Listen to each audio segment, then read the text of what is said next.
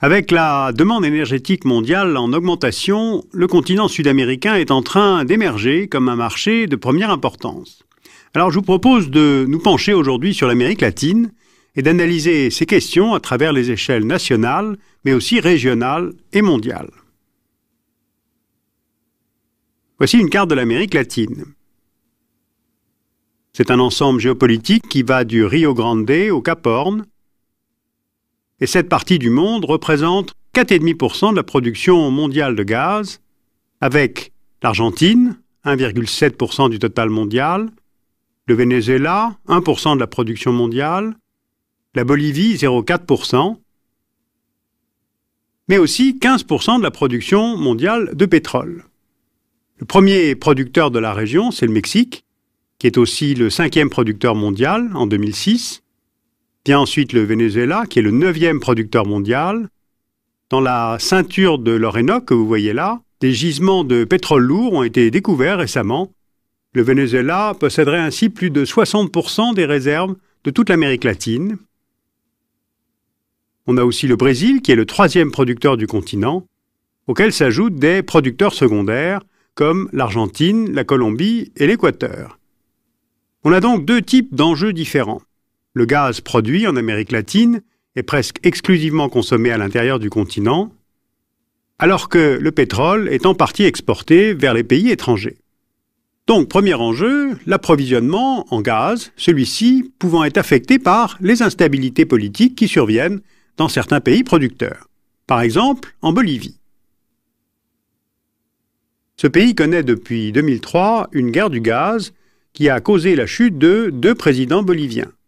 Ce secteur gazier avait été privatisé en 1996, attirant ainsi de très nombreux investissements et permettant à la Bolivie de devenir le 2e producteur de gaz d'Amérique latine.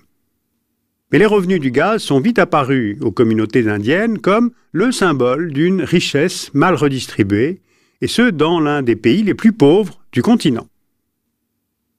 Le nouveau président élu en décembre 2005, Evo Morales, avait fait campagne sur la nationalisation des ressources du pays, et de fait, depuis le 1er mai 2006, l'État bolivien a nationalisé le secteur de la distribution et de la vente de gaz et renégocié la répartition de la rente gazière avec les compagnies étrangères, Total, Exxon, Repsol ou Petrobras.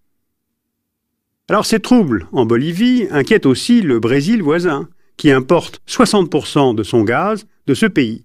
Donc tout est lié. L'instabilité d'un pays producteur affecte l'approvisionnement de ses voisins. On le voit encore avec ce deuxième exemple, à savoir l'Argentine. La crise financière qui a touché le pays en 2001 a entraîné une réduction des investissements dans le domaine pétro-gazier. Et le pays, aujourd'hui, a du mal à répondre à la demande intérieure. Donc le gouvernement argentin, à l'approche de l'hiver austral, a tenté de trouver des solutions à cette pénurie. D'abord, il a lancé une campagne d'économie d'énergie. Ensuite, il a réduit de 20% la fourniture du gaz au Chili. Or, le gaz argentin représente 25% de l'énergie consommée au Chili. Ce qui, évidemment, entraîne des réactions en chaîne qui viennent souligner les dépendances énergétiques mutuelles et le manque d'interconnexion à l'échelle du continent. Ce qui fait ainsi apparaître l'enjeu de l'intégration du marché des hydrocarbures à l'échelle continentale. Voici une carte montrant les réseaux de gazoducs en Amérique latine en 2006. On voit qu'il existe plusieurs interconnexions, notamment le gazoduc entre l'Argentine et la Bolivie, construit dès les années 70, puis les gazoducs entre Argentine et Chili, le gazoduc entre Santa Cruz en Bolivie et Sao Paulo au Brésil a été inauguré en 1999 et en partie financé par la Banque mondiale. Et aujourd'hui, de nouveaux projets se développent. Un premier projet vise à relier le gisement de Camisea au Pérou à Tocopilla au nord du Chili, et on remarque que ce tracé évite la Bolivie, qui, je vous le rappelle, entretient un contentieux ancien avec le Chili, depuis la perte de son accès à la mer à la fin du XIXe siècle. Ce gazoduc pourrait ensuite être prolongé à travers l'Argentine et le Brésil, mais le problème, c'est le coût d'un tel ouvrage, plus de 2 milliards de dollars. D'autant que les réserves péruviennes restent limitées. Un autre projet a été proposé fin 2005 par le président vénézuélien Chavez, à savoir la construction d'un gazoduc géant partant de Puerto Ordaz au Venezuela pour desservir le Brésil et l'Argentine. Le tracé n'est pas encore tout à fait arrêté, mais le réseau ferait entre 6 000 et 8 000 kilomètres et un tel projet coûterait au minimum 8 milliards de dollars. À cette idée de mettre en commun les réseaux s'ajoute la proposition de Chavez de faire émerger un marché commun d'énergie autour d'une compagnie, Petrosur, qui réunirait les compagnies nationales vénézuéliennes, argentines, brésiliennes et boliviennes. Alors on le constate, on a et des problèmes de stabilité politique et une nécessité d'intégration répondant à une logique de rationalisation. Maintenant regardons du côté de la demande extérieure, car celle-ci peut entraîner des concurrences entre pays consommateurs. Le premier consommateur du pétrole sud-américain, ce sont les États-Unis. Ils représentent à eux seuls 80% des exportations du continent. Les États-Unis ont toujours été le principal importateur de cette région, qu'ils ont toujours vu un petit peu comme une sorte d'arrière-cour économique et stratégique. Même le Venezuela d'Hugo Chavez, qui est vocalement très anti-américain, exporte l'essentiel de son pétrole vers les États-Unis. Les réserves dans l'Orénoque, que j'évoquais tout à l'heure, pourraient figurer parmi les plus grosses réserves de pétrole au monde, après celles de l'Arabie saoudite. Alors de telles réserves suscitent évidemment l'intérêt d'autres gros importateurs, notamment la Chine. Il faut savoir que les importations chinoises en provenance de l'Amérique latine ont été multipliées par 10 depuis 2001, et le montant des investissements chinois sur ce continent par 2 entre 2003 et 2005. Pékin a d'ores et déjà passé des accords commerciaux et énergétiques avec plusieurs États de l'Amérique latine.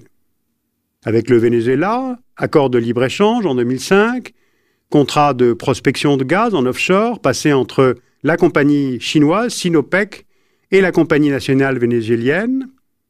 La Chine va aussi investir pour remettre à niveau les chemins de fer vénézuéliens et les raffineries du pays. La compagnie chinoise CNPC a également remporté un droit de prospection en Équateur et aussi des permis de forage au Mexique, un pays qui est pourtant signataire de l'accord de libre-échange nord-américain, l'ALENA, avec les États-Unis et le Canada. Résultat, la Chine est devenue le deuxième importateur du pétrole d'Amérique latine, donc derrière les États-Unis, et l'un des projets à l'étude qui est financé par Pékin est à la fois ambitieux et spectaculaire. Un tunnel dans la cordillère des Andes permettant d'exporter les matières premières venant d'Argentine vers les ports du Chili, ouvrant ainsi sur le Pacifique et sur l'Asie. Alors cette présence grandissante de la Chine n'est pas sans inquiéter les États-Unis, qui, malgré la posture provocante du leader Chavez, vont devoir continuer à compter sur le pétrole sud-américain pour leurs approvisionnements. Alors que peut-on retenir de tout cela? D'abord, face au risque de rupture d'approvisionnement, les États de la région cherchent à se prémunir. Le Chili se tourne vers le gaz naturel liquéfié qui vient d'Indonésie ou d'Australie.